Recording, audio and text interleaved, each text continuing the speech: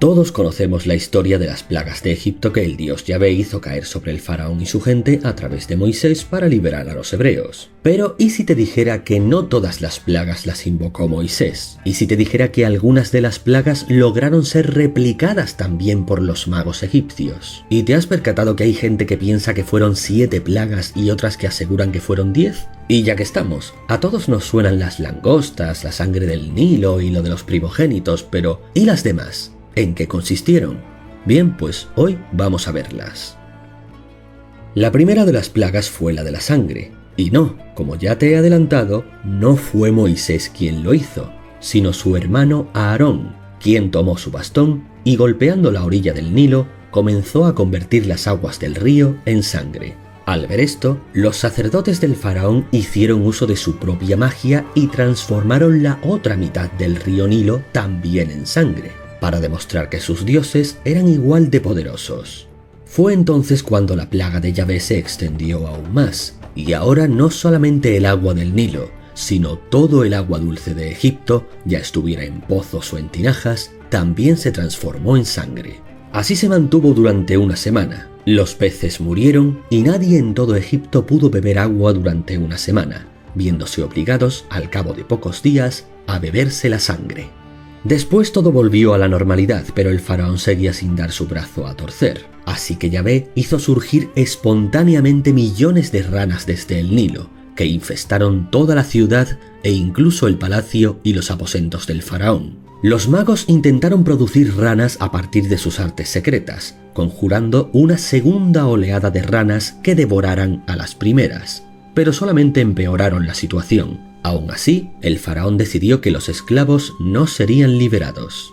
Así llegó la tercera plaga, que, una vez más, no fue obra de Moisés, sino de Aarón, pues Yahvé le ordenó a éste que golpeara con su cayado la tierra, y al hacerlo se levantó una gran nube de suciedad, y cada partícula de polvo se transformó en mosquitos. Una infestación mucho peor que la de las ranas. No fue suficiente y llegó el turno de la cuarta plaga. Respecto a esta hay cierta confusión.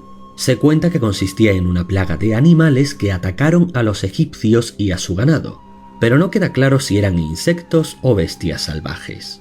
En esta ocasión, el faraón pidió a Moisés que eliminara esta plaga, prometiéndole conceder la libertad a su gente. Moisés así lo hizo, así que esta era en realidad la primera plaga invocada por él, y no por su hermano o por Yahvé personalmente. Sin embargo, después de que la plaga cesó, el faraón incumplió su promesa y no liberó a nadie. Así que Yahvé trajo la quinta plaga, una por la cual todo el ganado y todos los animales que servían a los egipcios, ya fueran vacas, gallinas, burros, cabras o caballos, todos y cada uno de ellos cayeron muertos. Aún así, el faraón resistió. Frente a esto, Yahvé le dijo a Moisés: «Toma ahora puñados de hollín de un horno y arrójalos al aire en presencia de Faraón. Se convertirá en polvo fino sobre toda la tierra de Egipto y brotarán úlceras purulentas sobre hombres y animales en toda la tierra». Es decir, que la quinta plaga consistió en una especie de enfermedad misteriosa parecida a la peste y que afectaba a hombres y a ganado por igual. Esa fue la sexta plaga. El faraón seguía en sus 13, así que se vino la séptima plaga. Esta vez, el propio Yahvé parecía hablar directamente con el faraón, aunque suele darse por entendido que en realidad le hablaba a Moisés o Aarón y que estos reproducían luego textualmente sus palabras frente a faraón. Como sea, le dijo: «Deja ir a mi pueblo para que me adore, o enviaré la peor granizada que jamás haya caído sobre Egipto en toda su historia». Y en efecto, así lo hizo. Envió una tormenta apocalíptica sobre Egipto como nunca jamás se había visto, con granizos enormes, lluvias torrenciales, truenos y relámpagos. De hecho, se cuenta que incluso llovió fuego desde el cielo. Algunos lo toman literalmente y otros piensan que era una forma de referirse a los relámpagos. Como fuera, una vez más, el faraón resistió.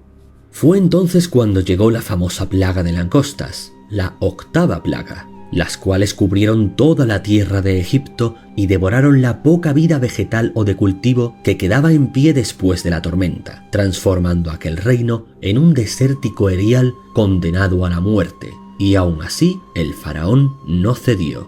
Así que Dios ordenó a Moisés invocar la 9ª plaga, y le dijo: «Extiende tu mano hacia el cielo, para que la oscuridad se extienda sobre Egipto, una oscuridad que se puede sentir».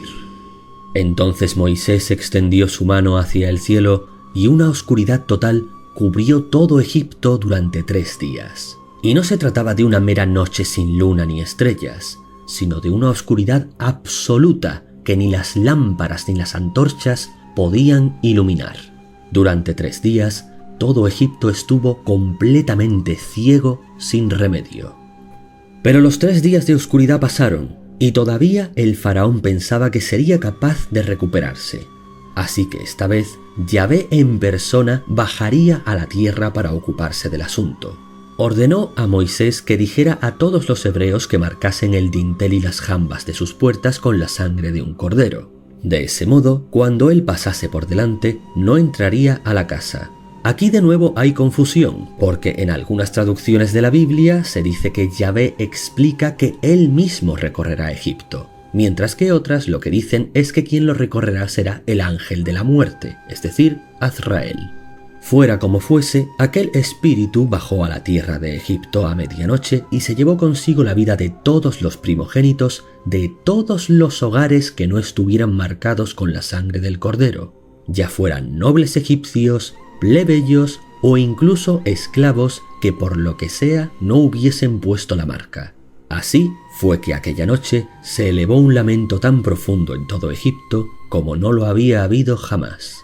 Por supuesto, el propio primogénito y heredero del faraón murió esta vez, y fue por esto que Faraón finalmente dio su brazo a torcer, ordenando a los hebreos que se marcharan de su tierra. Y este era el relato tal y como lo cuentan las escrituras. Pero, ¿hubo algo de realidad histórica en esto? Pues al parecer los historiadores de todo el mundo coinciden en general en que el Éxodo no puede ser un relato histórico, que los israelitas se originaron en Canaán a partir de los cananeos, y que si bien un pequeño grupo de proto-israelitas pudo haberse originado en Egipto, no sucedió de la manera masiva que describe el Éxodo. El papiro Ipuwer, escrito no antes de finales de la 12ª dinastía de Egipto, entre 1991 y en 1803 a.C., se ha presentado a veces como confirmación del relato bíblico, sobre todo por una de las afirmaciones que en el papiro aparecen y que dice «el río es sangre», así como sus frecuentes referencias a sirvientes que huyen. Sin embargo, estos argumentos ignoran los muchos puntos en los que el papiro Ipuwer contradice el Éxodo, como por ejemplo todas las veces que menciona que la gente del este comenzó a llegar a Egipto en lugar de marcharse, y el hecho de que la frase «el río es sangre» probablemente se refiere al sedimento rojo que tiñe el río Nilo cuando las inundaciones lo desbordan.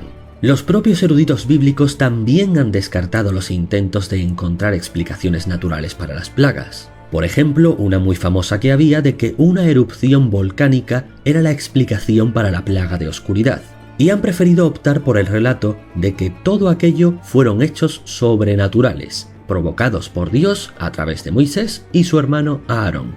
Algo parecido ocurre con el momento en que se abren las aguas del Mar Rojo.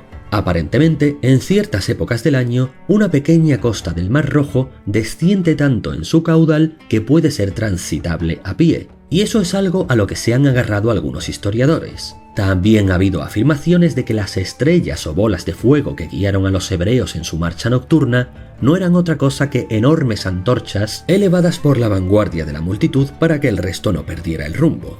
Pero bueno, en cualquier caso es casi imposible averiguar lo que sucedió en realidad.